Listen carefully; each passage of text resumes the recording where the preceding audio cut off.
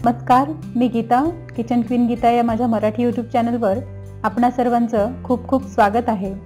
हिवाळा आहे आणि हिवाळ्यामध्ये शेंगदाण्याचे लाडू तर झालेच पाहिजेत।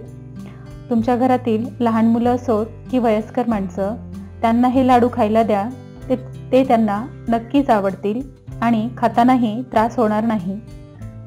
एकदा नक्की बनवून बघा।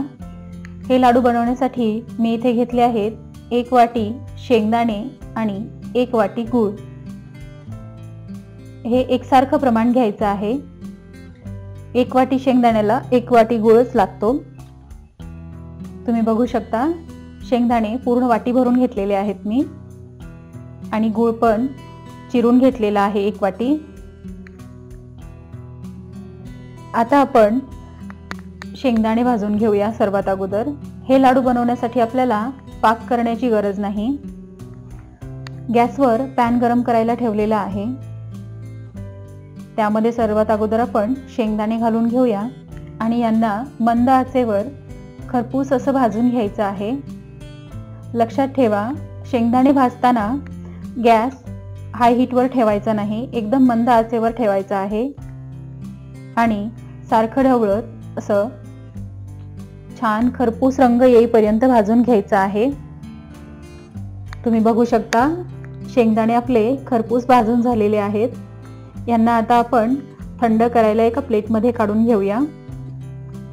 5 मिनिटानंतर हे शेंगदाणे तुम्ही बघू शकता एकदम थंड झालेले आहेत आणि त्यांच्यावरची मी साल काढून घेतलेली आहे। हे शेंगदाणे आपण एका मिक्सरच्या भांड्यामध्ये घालून याची बारीक भरड काढून घ्यायची आहे। पल्स मोडवर व्यवस्थित अशी भरड काढून घ्यायची आहे। जर मिक्सर तुम्ही सारखा फिरवला तर यामधून तेल सुटू शकतं। तुम्ही बघू शकता, याची कितपत जाडसर भरड ठेवायची आहे। हे आता आपण एका प्लेटमध्ये काढून घेऊया आणि या भरडमध्ये आपल्याला गूळ घालून घ्यायचा आहे। अगोदर हा चिरलेला गूळ व्यवस्थित शेंगदाण्याच्या भरडमध्ये आपल्याला अगोदर मिक्स करून घ्यायचा आहे आणि यानंतर आपल्याला मिक्सरच्या भांड्यामध्ये घालून पल्स मोडवर याला 2दा-3दा असं फिरवून घ्यायचं आहे। जास्त फिरवायचं नाही, नाहीतर त्यामधून जास्त तेल सुटू शकतं। तुम्ही बघू शकता, हे व्यवस्थित मिक्स झालेलं आहे। आता हे सर्व मिश्रण आपण याच भांड्यामध्ये परत एकदा फिरवून घेणार आहोत। तुम्ही बघू शकता, हे चांगले मिक्स झालेले आहे मिश्रण।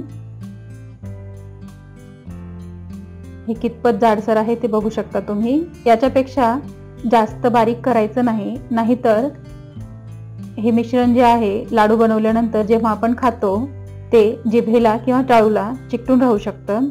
याचे आता आपण लाडू बनवून घेऊया। इथे सर्व भरड काढून झालेली आहे।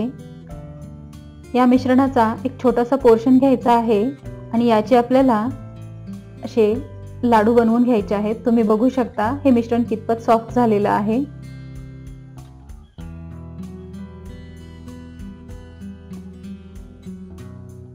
याच पद्धतीने आपल्याला व्यवस्थित असा गोल गरगरीत लाडू करून घ्यायचा आहे।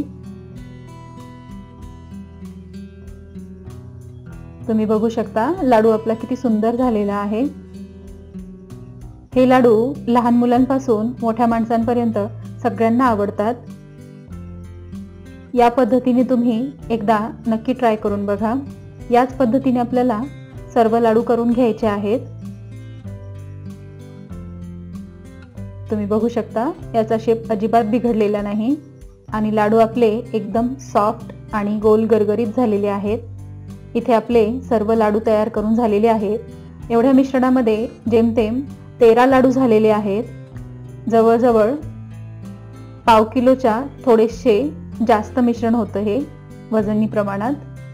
तुम्ही बघू शकता, हे किती सॉफ्ट झालेले आहेत। तुम्हाला जर माझे व्हिडिओज आवडत असतील तर किचन क्वीन गीता या चॅनलला